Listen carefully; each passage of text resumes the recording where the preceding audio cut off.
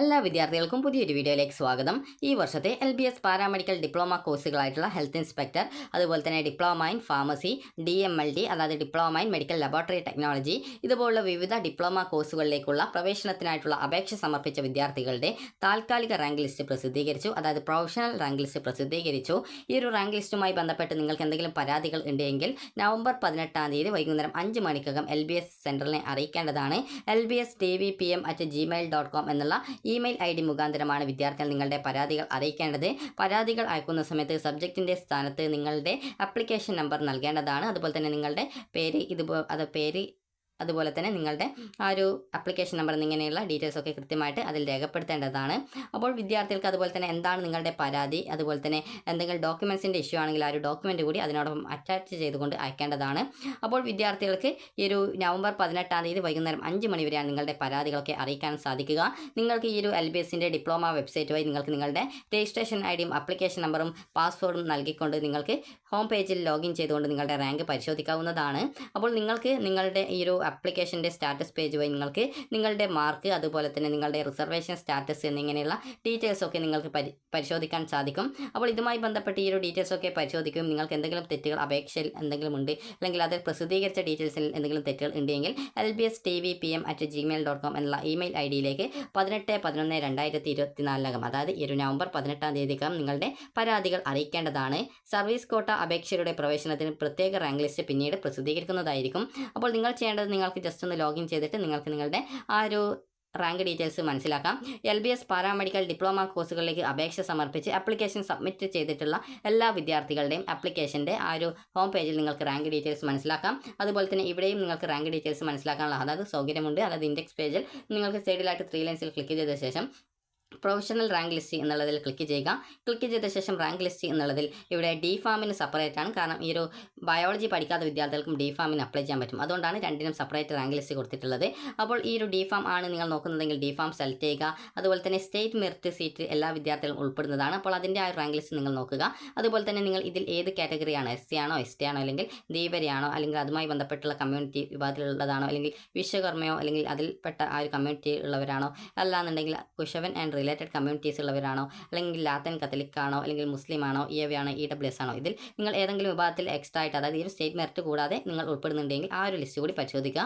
ആദ്യം state merit നോക്കുക. അതിൽ ഷോ എന്നുള്ളത് ക്ലിക്ക് ചെയ്യുന്ന സമയത്ത് നിങ്ങൾക്ക് ഇതിൻ്റെ റാങ്ക് ഡീറ്റെയിൽസ് നിങ്ങൾക്ക് മനസ്സിലാക്കാം. അതുപോലെ തന്നെ നിങ്ങളുടെ മാർക്ക് ഡീറ്റെയിൽസും നിങ്ങൾക്ക് മനസ്സിലാക്കാൻ സാധിക്കുന്നതാണ്. അപ്പോൾ ഇതിൽ നിങ്ങളുടെ ആപ്ലിക്കേഷൻ നമ്പർ മാത്രമാണ് നൽകിയിട്ടുള്ളത്, പ്രത്യേകിച്ച് വേറെ ഒന്നും നൽകിയിട്ടില്ല. അതുപോലെ തന്നെ നിങ്ങളുടെ റാങ്ക് ഡീറ്റെയിൽസ്, അതുപോലെ തന്നെ നിങ്ങൾക്ക് ഫിസിക്സ്, കെമിസ്ട്രി, ബയോളജി എന്നിവയ്ക്ക് കിട്ടിയ മാർക്ക്, അതുപോലെ തന്നെ മറ്റ് അതർ സബ്ജക്റ്റ് എന്ന് പറഞ്ഞുകൊണ്ട് നൽകിയിട്ടുണ്ട് മറ്റ് സബ്ജക്റ്റുകൾക്ക് കിട്ടിയ മാർക്ക്, അതുപോലെ തന്നെ ഇംഗ്ലീഷിൽ കിട്ടിയിട്ടുള്ള മാർക്ക് എത്രയാണ്, അതുപോലെ തന്നെ നിങ്ങൾക്ക് ടോട്ടൽ ലിസ്റ്റ് ഈ ഒരു first year plus second year total percentage നിങ്ങൾക്ക് എത്ര മാർക്ക് കിട്ടി എന്നിങ്ങനെയുള്ള ഡീറ്റെയിൽസ് കൊടുത്തിട്ടുണ്ട്. ഇപ്പോൾ ആദ്യത്തെ ഏകദേശം 64 റാങ്കോളം 100% തന്നെ മാർക്കുള്ള വിദ്യാർത്ഥികളാണ് നൽകിയിട്ടുള്ളത്. അതുപോലെ തന്നെ ചില വിദ്യാർത്ഥികളുടെ മാർക്ക് ഇവിടെ മിസ്സിംഗ് ആയിട്ട് നൽകിയിട്ടുണ്ട്. അപ്പോൾ അതുകൊണ്ട് തന്നെ നിങ്ങൾ ജസ്റ്റ് നിങ്ങൾക്ക് എത്ര മാർക്ക് ഉണ്ട് എന്നുള്ള കാര്യങ്ങളൊക്കെ കൃത്യമായിട്ട് നിങ്ങൾ പരിശോധിക്കുക. അതുപോലെ തന്നെ ഇവിടെ കൊടുത്തിട്ടുള്ള പെർസെൻറ്റേജ് കൊടുത്തിട്ടുണ്ട്, അതും കൃത്യമായിട്ട് നിങ്ങൾ പരിശോധിച്ച് നിങ്ങൾക്ക് ഈ ഒരു ഇതിൽ നൽകിയുള്ള മാർക്ക് ഡീറ്റെയിൽസ് ഒക്കെ കറക്റ്റ് ആണോ എന്നുള്ളത് നിങ്ങൾ പരിശോധിക്കുക. ഇനി അടുത്തതായിട്ട് DHI ആണ് സെലക്ട് ചെയ്യുന്നത്. അതല്ലെങ്കിൽ നിങ്ങൾക്കിപ്പോൾ സ്റ്റേറ്റ് മെറിറ്റ് നോക്കിയ വിദ്യാർത്ഥി, നിങ്ങളിപ്പോൾ ഒരു EA വിഭാഗത്തിൽപ്പെട്ട വിദ്യാർത്ഥിയാണെങ്കിൽ സ്റ്റേറ്റ് മെറിറ്റ് നോക്കുക. അതിനുശേഷം EA വിഭാഗത്തിലെ ആ ഒരു റാങ്ക് ലിസ്റ്റ് നോക്കുക. അപ്പോൾ ഇതിലും രണ്ടിലും റാങ്ക് ഡീറ്റെയിൽസ് മാറ്റമുണ്ടാകും. അതുകൊണ്ട് തന്നെ നിങ്ങൾ ജസ്റ്റ് നിങ്ങളുടെ ആ ഒരു ആപ്ലിക്കേഷൻ നമ്പർക്ക് നൽകി കൃത്യമായിട്ട് നിങ്ങളുടെ ആ ഒരു റാങ്ക് നിങ്ങളുടെ കാറ്റഗറി അതായത് നിങ്ങളുടെ ആ ഒരു ജാതി വിഭാഗത്തിലുള്ള ആ ഒരു കാറ്റഗറി നോക്കുക. അതുപോലെ സ്റ്റേറ്റ് മെറിറ്റ് റാങ്ക് നോക്കുക. ഇനി അടുത്തതായിട്ട് DPharmന് ശേഷം DHI ആൻഡ് പാരാമെഡിക്കൽ കോഴ്സസ് ഉണ്ട്. അതുകൂടി നിങ്ങൾ സെലക്ട് ചെയ്ത ശേഷം ആദ്യം സ്റ്റേറ്റ് മെറിറ്റ് നിങ്ങൾ നോക്കുക. അപ്പോൾ സ്റ്റേറ്റ് മെറിറ്റിൽ എല്ലാ വിദ്യാർത്ഥികളും ഉൾപ്പെടുന്ന ഒരു റാങ്ക് ലിസ്റ്റാണ്. അപ്പോൾ അതുകൊണ്ട് തന്നെ നിങ്ങൾ ആ ഒരു റാങ്ക് ലിസ്റ്റ് ആദ്യം പരിശോധിക്കുക. ഇതിൽ നിങ്ങളുടെ റാങ്ക് എത്രയാണ് എന്നുള്ളത് നോക്കാം.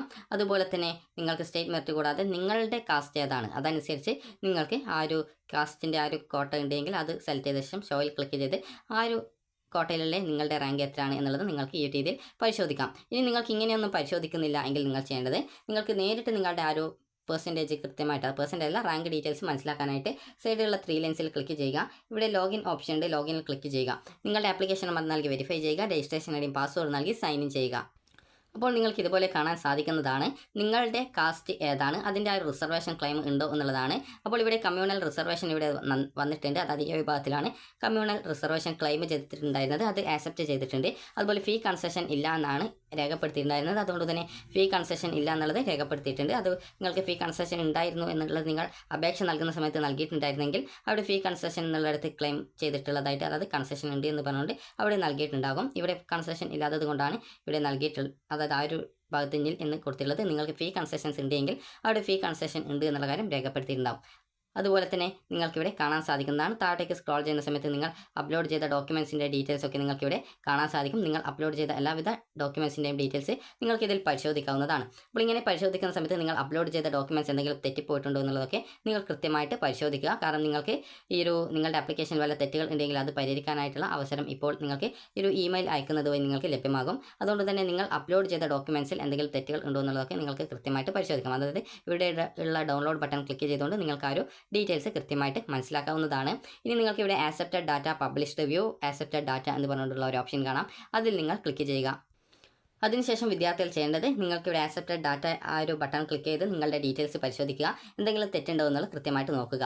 അപ്പോൾ എന്തെങ്കിലും തെറ്റുകൾ ഉണ്ടെങ്കിൽ ആ ഒരു തെറ്റുകൾ എന്താണെന്നുള്ളത് അത് പരിഹരിക്കാൻ ആവശ്യമായിട്ടുള്ള ഡീറ്റെയിൽസുകൾ നിങ്ങൾ LBS സെൻറ്ററിലേക്ക് ആ ഒരു LBSൻ്റെ ഇമെയിൽ ID വഴി നിങ്ങൾ അയക്കാനായിട്ട് ശ്രദ്ധിക്കുക. ഇനി നിങ്ങൾക്ക് ഇതിൽ വഴി നിങ്ങളുടെ റാങ്ക് ഡീറ്റെയിൽസ് എങ്ങനെ പരിശോധിക്കാം എന്നുള്ളത് നോക്കാം. അതിനായിട്ട് വിദ്യാർത്ഥികൾ ചെയ്യേണ്ടത് സൈഡിലായിട്ട് ഇവിടെ മുകളിലായിട്ട് നിങ്ങൾക്ക് 3 ലൈൻസ് കാണാം. അത് ഇവിടെ ചുവപ്പ് കളറിലായിട്ട് ഇവിടെ ആ ഒരു ചുവപ്പ് കളറിൽ 3 ലൈൻസ് കാണാം. നിങ്ങൾ അവിടെ ക്ലിക്ക് ചെയ്യുക. ക്ലിക്ക് ചെയ്ത ശേഷം വിദ്യാർത്ഥികൾക്ക് പിന്നീട് നിങ്ങൾക്ക് ഇതുപോലെ കാണാൻ സാധിക്കും. അതായത് റാങ്ക് ആൻഡ് ഇൻഡെക്സ് എന്ന് പറഞ്ഞുകൊണ്ട് കാണാം. നിങ്ങൾ അവിടെ ആ ഒരു റാങ്ക് ആൻഡ് ഇൻഡെക്സ് എന്നുള്ള ഓപ്ഷൻ്റെ അവിടെ താഴോട്ടേക്ക് ക്ലിക്ക് ചെയ്യുന്ന ആ ഒരു ബട്ടൺ ക്ലിക്ക് ചെയ്ത്, അതായത് ആ റാങ്ക് എന്നുള്ളതിൽ ക്ലിക്ക് ചെയ്യുന്ന സമയത്ത് തന്നെ ആ ഒരു റാങ്ക് ആൻഡ് ഇൻഡെക്സ് എന്നുള്ളത് കാണാം. അപ്പോൾ അതിൽ ക്ലിക്ക് ചെയ്യുക. അപ്പോൾ ഇവിടെ റാങ്ക് ആൻഡ് ഇൻഡെക്സ് എന്നുള്ള ആ ഒരു പുതുതായിട്ട് വന്നിട്ടുള്ള ആ ഒരു ലിങ്കിൽ നിങ്ങൾ ക്ലിക്ക് ചെയ്യുന്ന സമയത്ത് അടുത്ത പേജിലേക്ക് പോകുന്നതാണ്. ഇവിടെ നിങ്ങൾക്ക് നിങ്ങളുടെ റാങ്ക് ഡീറ്റെയിൽസ് കാണാൻ സാധിക്കും. അതായത് DPharmൻ്റെ നിങ്ങളുടെ ആ ഒരു ടോട്ടൽ ഇൻഡെക്സ് എത്രയാണ്, DH ആൻഡ് പാരാമെഡിക്കൽ കോഴ്സസിൻ്റെ ഇൻഡെക്സ് എത്രയാണ്, അതുപോലെ തന്നെ നിങ്ങളുടെ സ്റ്റേറ്റ് മെറിറ്റ് റാങ്ക് ലിസ്റ്റ് എത്രയാണ്, അതുപോലെ തന്നെ ഒരു DHയിലും DPharmയിലെയും റാങ്ക് വ്യത്യസ്തമുണ്ടാകും ചില വിദ്യാർത്ഥികൾക്ക്. അപ്പോൾ അത് നിങ്ങൾ കൃത്യമായിട്ട് പരിശോധിക്കുക.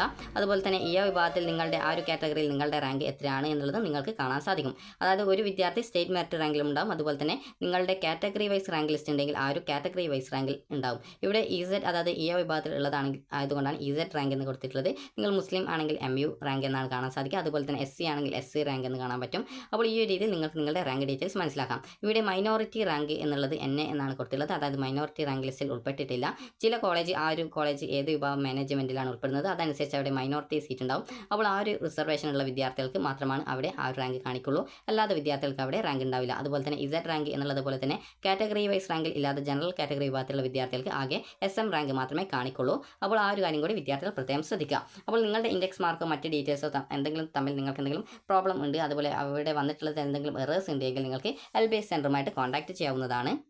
അപ്പോൾ അതിനായിട്ട് വിദ്യാർത്ഥികൾക്ക് ഇവിടെ നൽകിയിട്ടുള്ള ഇമെയിൽ IDയിലേക്ക് നിങ്ങളുടെ പരാതികൾ അറിയിക്കാം.